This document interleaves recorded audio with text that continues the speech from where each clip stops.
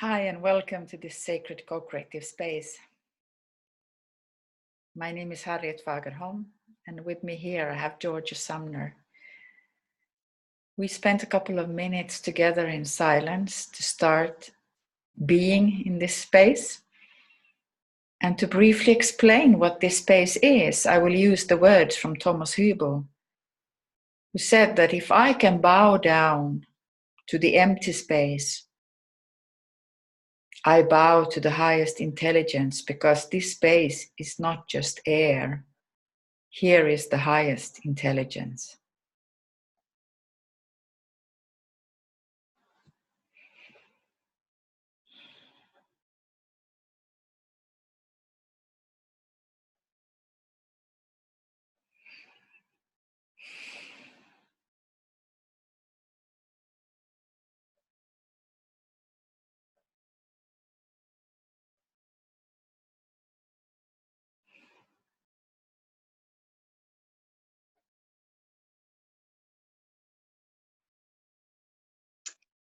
I think if, like I was saying to you earlier, that to do this is not only quite profound, but each of us has got the potential to say something, to discuss whatever it is, because each of us has something within us, deep within us. And what stops us is habit, and we use our ego, and that gets in the way. And if we can just put that on the shoulder or something, in a pocket, and say, okay, not right now, not for half an hour or something. And then you can just allow whatever comes through. And yes, it might take a wee bit of time, but my experience also, something always does. And you don't think about what you say, or you think about what you want to talk about, or any of that, because usually those subjects are limited by your experience and your ego. So yeah, it's good to have this opportunity, because it's rare these days.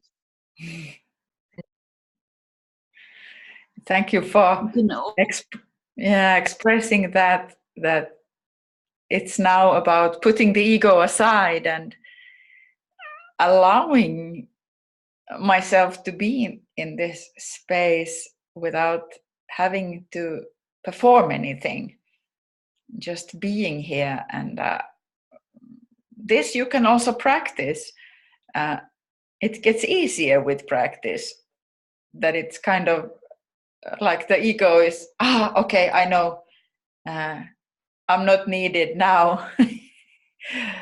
There's nothing to protect here, actually.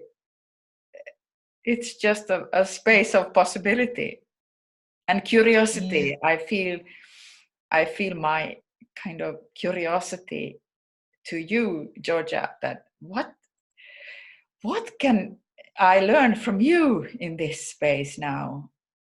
What is it we maybe share on a deeper level, something we have not understood yet, but maybe now in this meeting we can understand something. So there is a kind of a sense of aliveness in my being, of curiosity about who you are. I think the one thing that none of us talk about very much is the sense of the divine.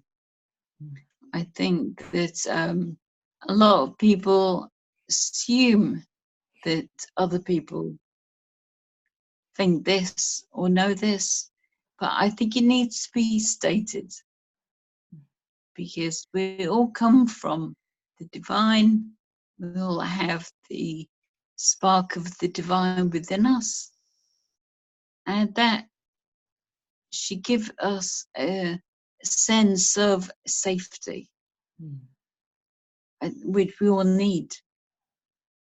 We need each other, but we also need ourselves. We need to rely on ourselves and be quite confident, I think, that we have this power within us. And to me, it's something that's usually pushed on one side, you know, but it's there. So maybe this is, we're uncovering maybe what we already have within us both. This, we're only now allowing some things to come out, which is it's quite a revelation, I think, once you get to that point, because you realize that actually the person that you think you are, you probably are not. And it doesn't have to be a scary thing at all. It just means, oh, no, I think just a sense of wonder, curiosity, like you said, like, who am I? Where is this going to go? And I don't know, I think the way that I see it in meditation, for example, is that we have something within us that is like, it's like a puppy dog, untrained puppy dog. So this puppy basically goes all over the place, and it's really quite lovable. You know, you want to you know, pet it and everything, but it's still a bit of a nuisance, really. But what you've got to realize is that it doesn't have to stay that way, and you can train it. And the more that you do this, like you said earlier, the easier it will be to follow what you want. So if you think of it like that, it's not scary. That's usually what I think. I love that, Georgia, how you said to be able to talk about the sense of the divine. I so agree with you that we don't really talk about it. I'm learning myself. How can I express myself around this topic? It's kind of a thing that, how to approach it.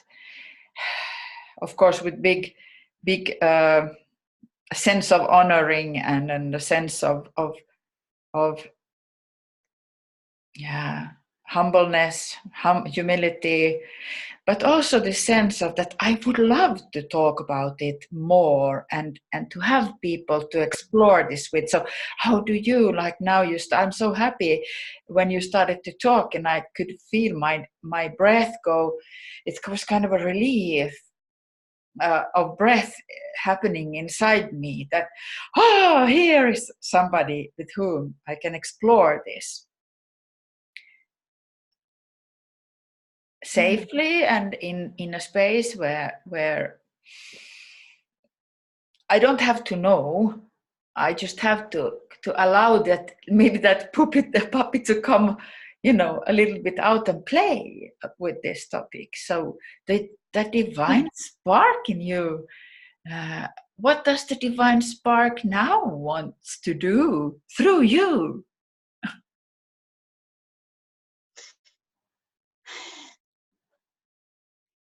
express myself more. Quite in what way, I'm still not sure. But I definitely feel that I want to say something, get something out. I suppose be more who I really am. Mm-hmm. I think I've hidden some of this for some years. I'm not always trying to think back in the past when I was much younger. I was able to express myself quite well. But when I think about it, I think I was also maybe a bit close-minded about some things. So maybe a bit too confident. And so that's not really being very true to yourself, really. So I felt comfortable with a small group of friends, and we all supported each other. But really, for me now, it goes way beyond this, way beyond a small group. It's like you need to be open to I think anybody, and allow them to talk, say their truth, to express themselves, and then I think only at that point can you then move the conversation forward in terms of expressing more of what you have in common. But and first of all, you have to give them a space to just talk. And it may well be that in the beginning, somebody starts by saying, I have nothing in common, or we have lots of differences that are insurmountable. But it's only by talking and allowing somebody that space that you can get beyond that, which is, for me, it's fascinating. And it is it's a curiosity, but it's also, I think, quite an essential part of moving forwards, Yeah. Being a bit vague. Yeah, to be able to create that space for the other to find the truth. While listening to you, I realized that isn't it so that we need to express ourselves to also find our own truth? Because if we don't do that, we might be repeating just some, beliefs or whatever thoughts we have inherited from the culture around us, but to really explore and how do we access that truth? Only by speaking it out, because that's the power. When you speak something out, you start to listen actually also to yourself. What is it I'm saying? Is this coming out of my mouth? And in what groups and places can I express my truth fully? Will I feel safe and loved and accepted if I share everything of what I am, with the risk of being rejected? And confidence, as you mentioned, confidence, we try to build up a confidence in a way to protect ourselves. I think my journey has really been about, my confidence has been kind of torn apart from me time and again, and then I'm in a space that, okay, now I don't know anything again. Yeah, I think that's true. I think we all build up this structure around us we think is confidence, but very often it's actually just a defensive mechanism to stop us from being rejected, like you say, or hurt. or yeah, just abandoned. I think, you know, we come back down to probably some very primitive feelings. And so that, yeah, that confidence that people have or think they have is very often is not confidence. I think what I generally think now, in the last year, I've been thinking this, is that I think we act more like when we're with somebody else, it's like looking in a mirror, and the other person helps to show us aspects of ourselves. But when you think about it, when you look in the mirror, what you see is the opposite of what the other person sees. So if my parting is over here, you're going to see it over here. You know, if you have, yeah, and you know, just one earring sticking out, then the other person can see it on the other side. So what I think is that very often people have just got things the wrong way round. So you can imagine, you can think that you're, you know, a very strong person, you're very confident, you know what you think about this, the other, you know you like this particular meal or that particular drink or whatever. Suddenly, if you start to think, actually, maybe that's not so. Maybe it's the other way around. I think you can start to be surprised. And I think, I mean, one friend years ago said to me, just don't think too much. I actually can't remember what he was talking about or what I was talking about, but I've always thought about that and thought, well, that's how it should be. That when we don't think too much, it's amazing what does come through. Something always comes through. And that to me goes back to what I was saying about the divine within us. You know, what's there is not necessarily what you think is you, i.e. ego. It's something deeper and something bigger. And I think we need to acknowledge that. Absolutely. And again, I think we need to kind of unpeel that so that more and more people can feel safe to share from the space of who they really are. I mean, that's the passion I have in my work, to support people in unpeeling that and allowing that to come out, like I am allowing myself. When you talked, I could get a sense of this, that what is it I have been covering with my confidence. And that is, of course, the sensitivity and that living part of me where the divine spark is kind of you know, pushing me out, sharing my gift somehow, sharing of myself, because I should be here giving to other people, not holding back and closing in myself. Instead, I should be kind of open. I should be open. But I haven't been. Yeah, I have been closed my whole life because I've been so scared.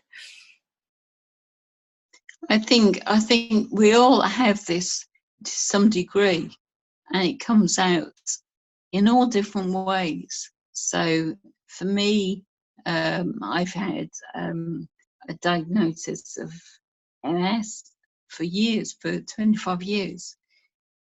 Quite whether it is MS or not, I'm not sure actually. I think it might be more heavy metal poisoning, but the symptoms are the same. But essentially, you could also say that this is some kind of defense that you put up to make yourself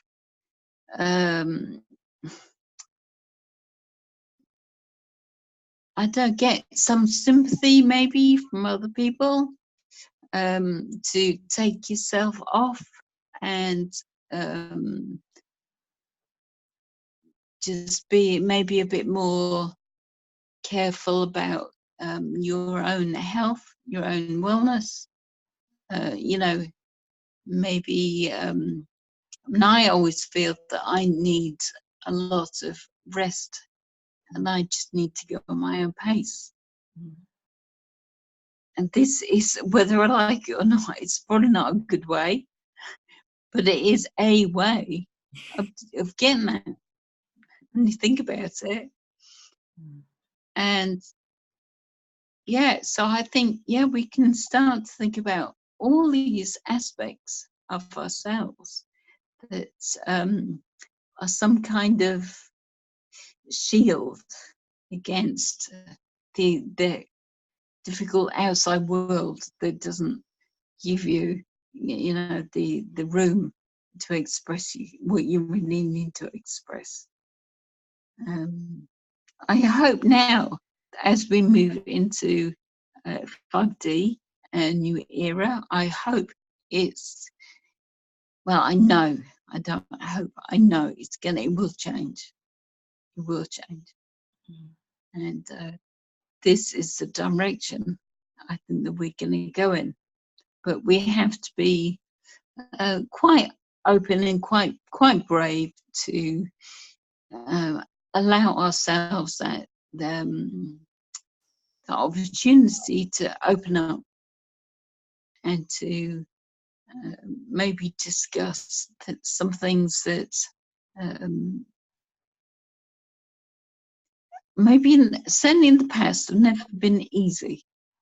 You know, I know I've often felt that I couldn't talk very much about my ill health, because when it comes down to it, I believe that MS is the best thing that ever happened to me, which does not mean that everything is therefore wonderful. Quite the opposite. But it means that in spite of all the challenges, I still have a bigger picture. And but I've hardly ever been able to say this to anybody, because it would be misinterpreted. And even just being quite positive about things, even then, a lot of people tend to think that you're therefore okay, and we don't need to intervene on any level, which actually, once you get beyond the fact that it hurts you personally, but get beyond that, really, they can't deal with your situation. That's what it is. And yeah, so it all comes back to, yeah, we're okay. We're okay. Yes, there are many ways of being in this world, and an illness like for me, when I got ill, also, you know, I got a systemic health breakdown when I was 38. And now I know the reason why that needed to happen, so that I wouldn't be in this position doing this if that hadn't happened. So it's like the illnesses, the diseases can be our greatest teachers and support us in coming back to our real selves, knowing that I'm not living in such a way where I'm really like honoring my own needs, for example, like pushing myself too hard, taking on too much to carry for others, taking on too much responsibility, and not allowing myself to to receive also the good things for me, to receive the support. Well, a disease is a way also to receive that support. And it's a way also to create a space for yourself to hide for a while and rest, like you said. But why is it our culture? This is my question to our culture, that we are pushing ourselves far too hard, and we are not honoring the rhythms of life, like the feminine principle of honoring the rhythms of resting and working. So rest for me is a sacred thing, because I need it for my creativity, I need it for my well-being.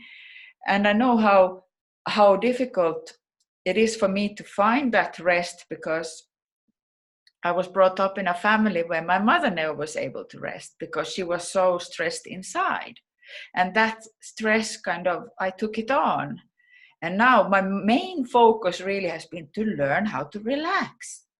That has been my main focus. The more I can learn to relax, the more I can also express myself. I mean, this is a paradox I have not fully yet understood, but it's like completely opposite what you would think would be the solution. Yeah, I agree with that. Yeah, I do think that there is something more inside of us, but we've created all these negative structures around us that make it really difficult to find that part of us. And you know, it's wonderful to have the opportunity to, say, be in a group of people who will support you regardless of what you do or say. It's really important. But it's knowing that ultimately we're all divine. We'll have that spark. And as such, we all deserve to respect each other, you know, to honor each other. You know, I think that everybody has something that somebody else needs, whatever it is. It doesn't matter what it is. I mean, I always think my parents couldn't afford piano lessons when I was small, so we'll never know if I was going to be another Mozart. I might have been, but who knows? But anyway, we've all got something. And it's something that has been very obvious to me with ill health, because a lot of people immediately seem to lose a sense of self, a sense of their own worth. You know, their self-esteem seems to go out the window. So even the limited view of, you know, I am a teacher, I'm an architect, I'm an engineer, whatever, even that goes out the window, because people say I'm not that person anymore. And so for me, there's always been a massive amount of creative potential out there that is not used. It's just not used. Because I always think, you know, if you were whatever in the past, engineer or something, or yeah, anything, it could be anything. You have now learnt over time to give somebody a chance to be listened to. So you become a bit more patient. You usually become a bit more tolerant because you need that yourself. So it's easier to give it than to somebody else. Also, you're able to communicate better because you can go slower, and you're with somebody else who maybe is a bit more familiar with the latest gadgets or whatever it is, stuff that you don't know. But what they won't know is how it was before, and how to be in a group, how to speak to other people, how to honor other people, be tolerant, all of these things. And that's something that ill health can give you. And in that sense, it becomes a great gift as long as you pass it on. So, yeah, I very often think, if I can do something, then so can you. Because it can be really challenging.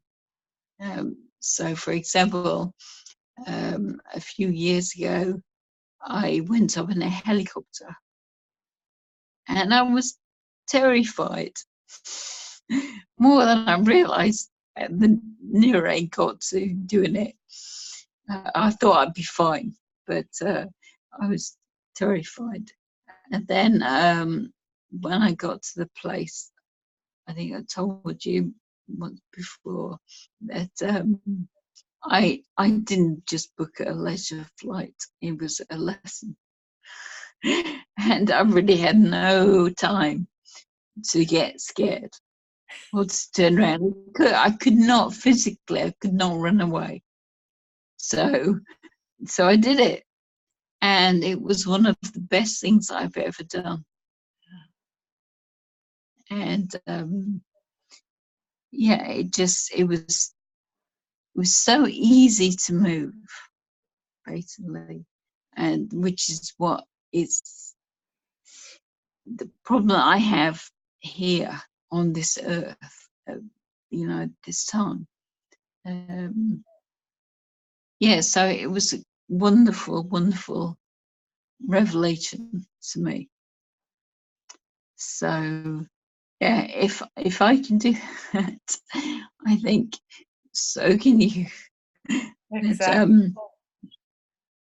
Yeah, I think it's amazing what strength we each have in us.